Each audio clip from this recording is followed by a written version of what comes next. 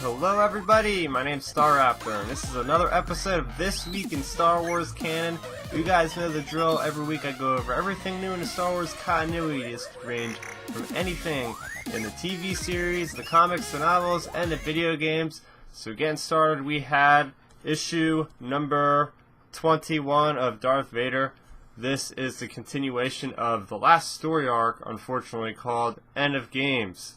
So what happened in this issue was Darth Vader is on the hunt for Cylo, who is kind of backstabbed both the Emperor and Vader, so Vader is tasked with bringing this guy to justice, basically. And on the side, he has Dr. Aphra he wants to get, because she's been away since the Vader down arc. She was in the Rebel Prison arc. You guys should definitely check out that Star Wars Rebel Prison arc. She escaped. She's on the run. So the story picks up with Vader interrogating one of the professors aboard the Executor Star Destroyer for the whereabouts of where Cylo is. He finds that out. In the meantime, BT and 000 are tasked with getting Dr. Aphra back, and they track her to this backwater planet, and she ends up surrendering to them to go see Vader. And then finally, Vader does find where Cylo is and gets his location, and is now fighting one of the subordinates of Cylo, which is this crazy scientist lady who's going to throw him against like a cybernetic Rancor. And that's where the issue ends off, basically. So getting to my positives of this issue. First off, I really enjoyed how Vader had that really strong interrogating presence in the beginning of this issue. We get back to what's so great about Vader is just striking fear in people, and you see the professor just kind of stuttering like crazy because, yes, this guy is meant to be feared. Vader is known across the Empire as like just the enforcer, so you got to do what he wants. And of course, Vader has him killed afterwards, even though he promises him he would, be kept alive. But besides that, we also have Aphra. I really liked seeing Aphra in a more vulnerable state. I mean, she's asking the bartender, like, just to constantly buy more drinks. Like, she's in this kind of almost like a depression, it appears like. And then we see the droids raiding the village, which was really, really cool. We see BT and 000 kind of having this commander-type presence. And, of course, they bring along all their little assassin droids and just massacre this entire village. I mean, these guys love violence, especially 000. The guy's always just in high spirits whenever he's dishing out some pain and punishment to people. So very, very funny comedic relief in a dark kind of way. Also, I really liked Space Whales versus the TIE Fighter / Star Destroyer. It was really cool how Cylo has his base of operations on an organic type transport, and we see Vader just being badass Vader and blowing his way through the whale to get inside before the thing jumped to hyperspace. And I liked seeing the insides of this creature. I don't know if it's the same type of creature that we seen in Rebel Season 2, the Space Whales. I guess it pretty much is, so there's some crossover, which I love. So yeah, we see the inside of that thing. And finally, I can't wait for the next issue of Vader, because it looks like we might be getting a cybernetic Rancor. So talk about one of the coolest monstrosities I love in Star Wars is the Rancor. So just knowing that one's cybernetically enhanced, damn, that's going to be one fight to see.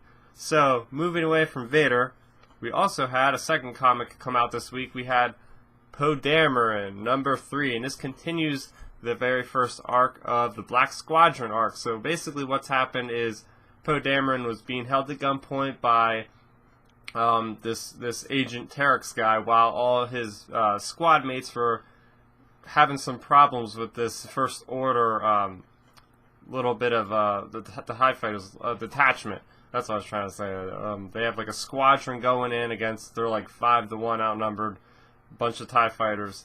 So basically what happens is this egg that these people, the Crochet, have been, I guess that's how you pronounce it, they've been protecting this egg, and it's finally cracking, and so this being comes out and kind of just wreaks havoc. It's like this ethereal kind of alien-looking thing.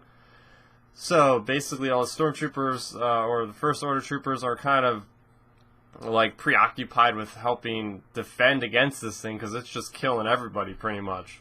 and then finally another one grows out of the same shell and they start fighting. And basically the BB-8 kind of saves the day and shocks the Agent Terex while he's not knowing what's going on with all the chaos. And then Poe Dameron's buddies come in and rescue him. They do get knowledge of where the whereabouts of Lord Syntek are, so now they're off to a prison. So that'll be interesting. So strengths of the episode, I like, continuing with Charles Soule's writing on Poe. He's very proficient with capturing the essence of the character.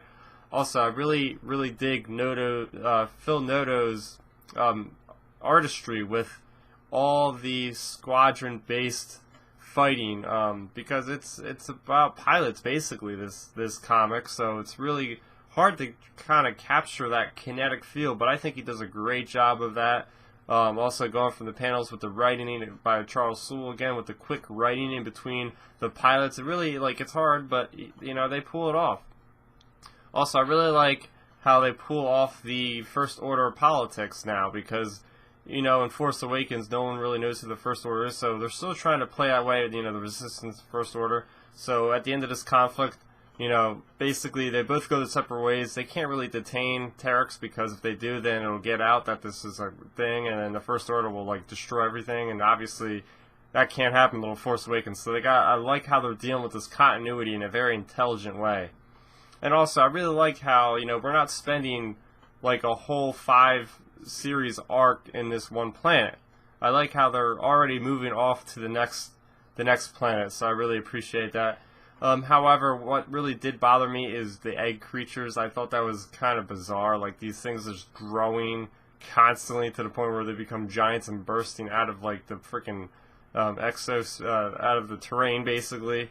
I thought that was crazy, and the one firing a laser beam out of its mouth, I thought that was just way too far-fetched for even Star Wars in my mind. But yeah, so that's what came out this week in canon. What did you guys like? Are you reading the Poe Dameron comic? How about the Darth Vader comic? Anything else in canon? Just let's discuss it in that comment section below. Thanks for watching, guys, and may the Force be with you. Did you enjoy this video? Then make sure you go ahead and hit that thumbs up symbol. And if you like this video, make sure you hit that subscribe button down below. Subscribing to my channel will help me out, and it helps you guys out, keeping up to speed on all my latest content. Speaking of which, you can catch my weekly Star Wars show down over there. You can see a recent review I've done over there, and you can follow me on social media, Twitter @StarRaptor, as well as Facebook.com/StarRaptor.